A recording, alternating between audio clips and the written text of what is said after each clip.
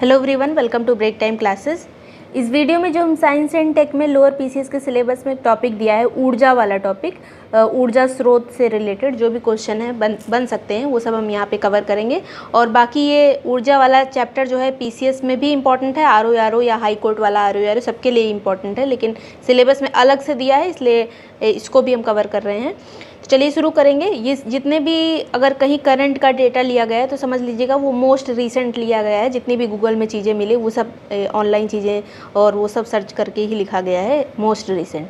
चलिए शुरू करेंगे। जितने भी हैंड रिटन नोट्स वगैरह हैं वो सब आपको पीसीएस और लोअर पीसीएस वाला जो ग्रुप है पेड ग्रुप उसमें मिल जाएगा। ज्वाइन करने के लिए नंबर दिया हुआ है 6375412344। इस पर आप व्हाट्सएप पे मैसेज कर दीजिएगा, ग्रुप डिटेल आपको भेज दी जाएगी, उसको प्रॉपर्ली पढ़कर ज्वाइन कर सकते हैं। सभी हैंड रिटन नोट्स वगैरह जितने भी होते हैं वो सब वहीं पर जाते हैं। तो ये शुरू करेंगे। भारत में कुल स्थापित बिजली उत्पादन क्षमता कितनी है? ये कुछ डेटा हैं जो आपको पता होना चाहिए, जो एग्ज़ाम में बन सकता है, क्वेश्चन बन सकता है। और ये मतलब अभी कितना है, ये गीगावाट में लिखा हुआ, अगर मेगावाट में लिखा रहेगा तो ये पॉइंट यहाँ हटा रहेगा, तो ये याद रखिएगा, नंबर यही रहेगा, बस मेगावाट में ये पॉइंट नहीं लगा रहेगा। तो ये 520.51 गीगावाट है हमारी टोटल कुल स्थापित बिजली उत्पादन क्षमता, जिसमें जीवाश्म ईंधन का हिस्सा कितना है तो 248, ये बस 248 ही याद रखिए, 248 गीगावाट, जो कि है 47.7%। अब दिमाग में 47-48 ही रखिए, इतना है जीवाश्म ईंधन, मतलब बहुत क्लोज आंसर नहीं रहता, मतलब ऑप्शन नहीं रहता। गैर जीवाश्म का हिस्सा कितना है तो 283 गीगावाट, जो कि है 52.3%। मतलब टोटल जो स्थापित क्षमता है उसमें जीवाश्म ईंधन हमारा 47 या 48% है लगभग, और जो गैर जीवाश्म है वो लगभग 52% है। अभी इस 52% में से जैसे जो परमाणु जो से जो विद्युत उत्पादन होता है उसको सबको हटा दिया जाता है, तो नवीकरणीय अगर केवल लिखा रहे, अगर नवीकरणीय वर्ड लिखा रहेगा तब 50.60 आंसर रहेगा, और अगर गैर जीवाश्म में लिखा रहेगा तो ये 52.3% आंसर रहेगा। तो ये दोनों अलग अलग चीज़ें याद रखेगा। इनमें में से मतलब नवीकरणीय कहा जाए तो 50.60 और पूरा टोटल गैर जीवाश्म कहा जाए तो 52.3%। अब यहाँ पर कुछ और क्वेश्चन बनते हैं, जैसे जीवाश्म ईंधन जो हमारा 47.7% से जो स्थापित होती है उसमें सबसे ज़्यादा पार्ट कोयला का रहता है, जो ताप विद्युत कहा जाता है, थर्मल पावर जिसको कहते हैं, उसका हिस्सा है 42.50%, 42.50%। अब ये बहुत सारा परसेंटेज आपके दिमाग में बहुत सारा डेटा हो जा रहा होगा, लेकिन ज़्यादा इंपॉर्टेंट याद रखिएगा, जैसे कोयला वाला याद रख सकते हैं। फिर जो है लिग्नाइट का है 1.30%, गैस का है, प्राकृतिक गैस जो होते हैं 3.90%, डीजल का है 0.10%। अब ये 3 क्वेश्चन है जो बहुत इंपॉर्टेंट हैं, ये पीसीएस में बहुत क्वेश्चन ये पूछे जाते हैं, यूपी पीसीएस में भी। तो ये 2030 तक नवीकरणीय ऊर्जा का लक्ष्य हमारा कितना है, तो ये है 500 गीगावाट। इसको घुमा फिरा के भी क्वेश्चन पूछा जाता है कि 500 गीगावाट तक हमें कब अचीव करना है, तो 2030 तक, इस तरह से, और स्टेटमेंट भी बनता है ऐसा।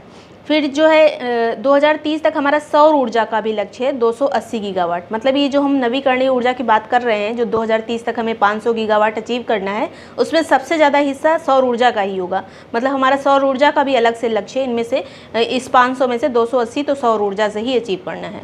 फिर हमारा नेट जीरो कार्बन उत्सर्जन का लक्ष्य कितना है तो 270 मतलब वर्ष 2070 तक हमारा जीरो कार्बन एमिशन होगा। मतलब हम जितना भी कार्बन एमिट करेंगे उतना, मतलब पृथ्वी पे इतना, मतलब पेड़ पौधे या नवीकरणीय ऊर्जा के स्रोत बढ़ाएंगे तो इससे जो है कार्बन उत्सर्जन कम होगा, इसी को ज़ीरो करना है हमें, तो ये 2070 तक होगा। फिर जो है गैर जीवाश्म ईंधन के बारे में, अब तो सौर ऊर्जा जितना भी गैर जीवाश्म ईंधन उत्पादित होता है, जिसका परसेंटेज यहाँ पर लिखा हुआ था, यहाँ पर गैर जीवाश्म का 52.3%, उसमें से सबसे ज़्यादा सौर ऊर्जा से हम उत्पादित करते हैं, लगभग 27%। और वर्तमान में क्योंकि ये सौर ऊर्जा की बात है, सौर ऊर्जा हमारे यहाँ ज़्यादा जनरेट हो रही है आजकल, तो सौर ऊर्जा इसका अगर नंबर भी पूछ लिया जाए तो 157.05 गीगावाट जो है वर्तमान में हमारी सौर ऊर्जा उत्पादन क्षमता है, जिसको हमें कहाँ तक लेके जाना है तो 2030 तक इस 157 को 280 गीगावाट तक लेके जाना है। फिर जो है सौर ऊर्जा हो गया 27%, पवन ऊर्जा 10.5%, जल विद्युत 9.8%, बायोमास 2.1%। सबका परसेंटेज इंपॉर्टेंट नहीं है, लेकिन अगर इस तरह अरेंज करने को आ जाए तो पहले सौर ऊर्जा, फिर पवन ऊर्जा, फिर जल विद्युत, फिर बायोमास, फिर लघु जल विद्युत, लघु जो सिंचाई पर मतलब लघु जल विद्युत परियोजनाएं होती हैं उनको अलग से हम लिखते हैं, तो 1% इसका भी है। अपशिष्ट से ऊर्जा 0.2%, लघु जल विद्युत ये मतलब वही है, दोबारा लिख दिया गया, ये 1%। सेम है वो।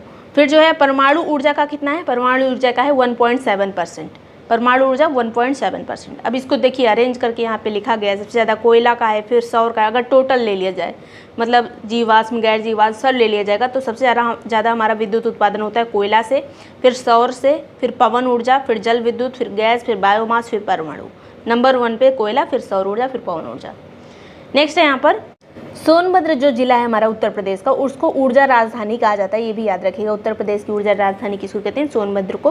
कुछ प्रमुख पावर प्लांट हैं, ये भी याद रखने हैं, बहुत इंपॉर्टेंट है यूपी के एग्जाम के लिए। जैसे सोनभद्र में है Anpara power plant, Obra power plant, Rihand super thermal power plant जो कि एनटीपीसी का है, सिंगरौली पावर प्लांट जो है ये भी एनटीपीसी का है। तो ये सोनभद्र के अनपरा, ओबरा, रिहंद और सिंगरौली। फिर कानपुर का है पनकी पावर प्लांट, याद रखिएगा पनकी कहाँ का है, कानपुर का। मैचिंग में भी ऐसे क्वेश्चन आते हैं। टांडा कहाँ पर है, टांडा पावर प्लांट ये अम्बेडकर नगर में। फिर हरदुआगंज पावर प्लांट कहाँ पर है, अलीगढ़ में। रोजा पावर प्लांट कहाँ है, शाहजहाँपुर में। ये जो हरदुआगंज वाला है ये यूपी का सबसे पुराना थर्मल पावर प्लांट है, ये भी याद रखिएगा। हरदुआगंज पावर प्लांट कहाँ पर है, अलीगढ़ में। फिर जो यहाँ पर है एनटीपीसी के कुछ प्रमुख संयंत्र हैं। एनटीपीसी वाले अलग से क्वेश्चन पूछे जा चुके हैं पहले एग्जाम में, इसलिए यहाँ पर लिखा हुआ है एनटीपीसी के प्रमुख संयंत्र। तो सबसे पहले यहाँ पर दादरी थर्मल है एक, जो कि गौतम बुद्ध नगर में है। अब ये भी कई बार question UP SSC, UP PCS के आयोग के एग्जाम में पूछा जा चुका है। तो दादरी जो है गौतम बुद्ध नगर में। फिर ऊंचाहार, पूरा नाम नहीं लिखते इसका, अक्सर ऊंचाहार ही लिखा रहता है। फिरोज गांधी ऊंचाहार ये पावर प्लांट है, ये रायबरेली में स्थित है। फिर टांडा जो है ये अम्बेडकर नगर, ये भी जो है एनटीपीसी का है। कोरबा, सिंगरौली और रिहंद ये भी सोनभद्र का है। विंध्याचल ये एनटीपीसी का सबसे बड़ा पावर प्लांट है। एनटीपीसी का सबसे बड़ा कौन सा है, विंध्याचल, जो कि मध्य प्रदेश में है। फिर तलचर में भी एक एनटीपीसी का पावर प्लांट जो कि उड़ीसा में है। फिर जो है सौर ऊर्जा के लिए टॉप हमारे राज्य कौन से हैं, सबसे ज़्यादा सौर ऊर्जा उत्पादन हमारा कहाँ से होता है इंडिया में, तो सबसे ज़्यादा राजस्थान से होता है वर्तमान में, जब रिसेंट ही डेटा ये सब लिया गया है। और यहाँ पर एक प्रमुख सोलर पार्क है जिसका नाम है भाडला सोलर पार्क, ये राजस्थान में ही स्थित है, ये भी याद रखिएगा। नंबर 1 पे सोलर एनर्जी में राजस्थान है, अभी जितना उत्पादन हो रहा है उसमें। सेकंड पे गुजरात है, थर्ड पे कर्नाटक, फोर्थ पे तमिलनाडु, नंबर 1 पे राजस्थान। पवन ऊर्जा वाला ये मतलब बहुत पूछा जाता है, पवन ऊर्जा में टॉप कौन सा है, तो ये इसमें गुजरात है नंबर 1 पे, उसके बाद तमिलनाडु, फिर कर्नाटक। पवन ऊर्जा में नंबर 1 पे गुजरात है और सौर ऊर्जा में नंबर 1 पे राजस्थान है। अब ये अरेंज करने को भी क्वेश्चन पूछा जा चुका है, पवन ऊर्जा वाला। गुजरात, तमिलनाडु, कर्नाटक, ये वर्तमान का है ये भी। फिर है जल विद्युत में टॉप पे कौन सा है, तो हिमाचल प्रदेश नंबर 1 पे है जल विद्युत में, सेकंड पे उत्तराखंड है, थर्ड पे कर्नाटक है। फिर कुछ इंपॉर्टेंट क्वेश्चन है, जैसे भारत में कोयले की खोज कब हुई थी, तो 1774 में रानीगंज वाला जो कोयला फील्ड है, रानीगंज मूवी भी आपने देखी होगी। तो ये भी हम देखेंगे, जितनी भी खाने भी हैं इंडिया में उन सबसे भी रिलेटेड क्वेश्चन पूछा जाता है। फिर अभी सारी खाने स्टेट वाइज देख लेंगे। फिर डिगबोई असम में तेल की खोज कब हुई थी, ये सब क्वेश्चन बन सकता है, तो 1889 फैक्ट है ये, बस दिमाग में रखिएगा। भारत का पहला जल विद्युत स्टेशन सिद्रापोंग है, दार्जिलिंग पश्चिम बंगाल में स्थित है ये, और ये 1897 में बना था, मतलब जल विद्युत स्टेशन ये बना था, पहला है सिद्रापोंग जो कि दार्जिलिंग में है। फिर जो है पहला परमाणु रिएक्टर अप्सरा, इस परमाणु रिएक्टर के बारे में हमने पिछले वीडियो में देखा था, 1956 में ये बना था। फिर जो है ONGC आयोग कब बना था, 1969 में। NTPC की स्थापना 1975 में। NHPC की स्थापना जो कि जल विद्युत को मैनेज करता है, इसकी स्थापना 1975 में। राष्ट्रीय सौर मिशन हमारा कब आया था, 2010 में। अंतर्राष्ट्रीय सौर गठबंधन कब बना था, ISA, जिसका मुख्यालय गुरुग्राम में है, ये 2015 में बना था। फिर जो है राष्ट्रीय हरित हाइड्रोजन मिशन की शुरुआत कब हुई थी, तो 2023 में। राष्ट्रीय कोयला विकास निगम की लिमिटेड यहाँ पर है, विकास निगम की स्थापना कब हुई थी, 1956 में। फिर जो है कोयला खदानों का राष्ट्रीयकरण, ये क्वेश्चन बहुत पूछा जाता है, कोयला खदानों का राष्ट्रीयकरण जो है 1972 में किया गया था। कोल इंडिया जिसकी स्थापना 1975 में हुई थी, ये पूरे इंडिया में जितने भी कोयला उत्पादन होता है जितना भी, उसका 88% जो है कोल इंडिया के द्वारा होता है। 1975 में कोल इंडिया की स्थापना हुई थी। फिर जो है कोयला के प्रकार भी पूछे जाते हैं, जिससे सबसे अच्छा कोयला एंथ्रेसाइट माना जाता है, जिसमें कार्बन की मात्रा ज़्यादा होती है उसको अच्छा कोयला माना जाता है, सबसे अच्छा एंथ्रेसाइट, फिर बिटुमिनस, फिर लिग्नाइट, फिर पीट।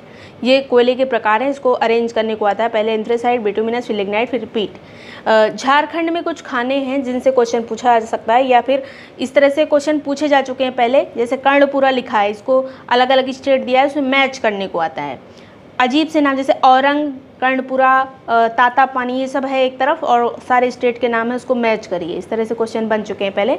तो झारखंड में है झरिया, कर्णपुरा, बोकारो, चंद्रपुरा, गिरिडीह। एकदम दिमाग में रखिएगा, बहुत इंपॉर्टेंट है। और खानों में से इससे बाहर से क्वेश्चन नहीं आता है, एक ही बार जगह पे लिख दिया गया है ये। झरिया, कर्णपुरा, बोकारो, चंद्रपुरा, गिरिडीह, ये कोयला की खानें हैं।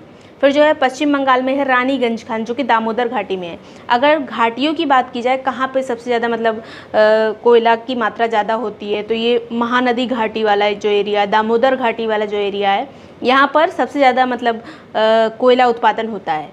महानदी, दामोदर, और ये जो मतलब इसका बेसिन जो है, ये कोयले की खान सबसे ज़्यादा यहीं पर पाई जाती हैं। फिर जो है उड़ीसा में है औरंग, औरंग जो है महानदी क्षेत्र में ही आता है।